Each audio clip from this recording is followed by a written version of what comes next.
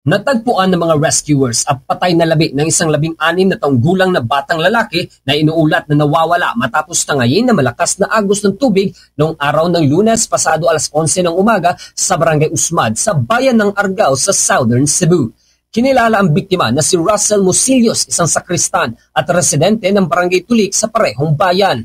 Batay sa nakuhang impormasyon, pasado alas 3 ng hapon noong araw ng Sabado, naligo ang bata at ang kanyang mga kaibigan matapos nilang magtali ng mga tarpaulin sa Bugasok Falls sa Barangay Kunalom at bigla silang inabot ng malakas na baha dahilan upang hindi na makatakas ang biktima dahil ito rin ay hindi marunong lumangoy. Inuulat din ng mga otoridad ang insidente dahilan upang magsagawa ng search and retrieval operation ang Municipal Disaster Risk Reduction and Management Office ng Local Government Unit ng Argao noong Sabado at natagpuan na ang biktima sa layong 3 kilometro mula sa Bugasok Falls na nakasabit sa sangsanga at wala ng buhay. Sinabi rin ng mga otoridad na ang kawalan ng koordinasyon sa pagitan ng mga biktima at ng opisyal sa barangay ang isa sa mga dahilan ng insidente dahil walang nagbabantay sa mga bata habang sila ay naliligo sa nasabing batis. Sa ngayon, patuloy pa rin ang investigasyon sa nasabing insidente. Around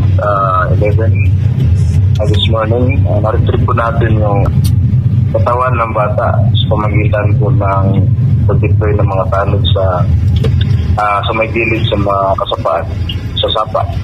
According po sa sa mga kasamahan niya, ng mga kabataan din, mga acolytes or sakristan, after nila maglagay ng mga tarp, hindi namin alam kung ano yung mga tarp na nilagay nila. Yan lang yung sabi. Maglagay sila ng tarp, tapos after nila nagawa, nag-decide sila na pumunta sa bukid para maligo sa ilog. Mula sa lugar ng kanyang pinagliguan, sobrang layo kasi boundary yun ng Kalapit na barangay or Kalapit na barangay. Mula rito sa lungsod at lalawigan ng Cebu, ako si Bombo Ken Apor. This is Bombo Radio Philippines, the #1 and most trusted source of news and information. Basta Radio. Bombo!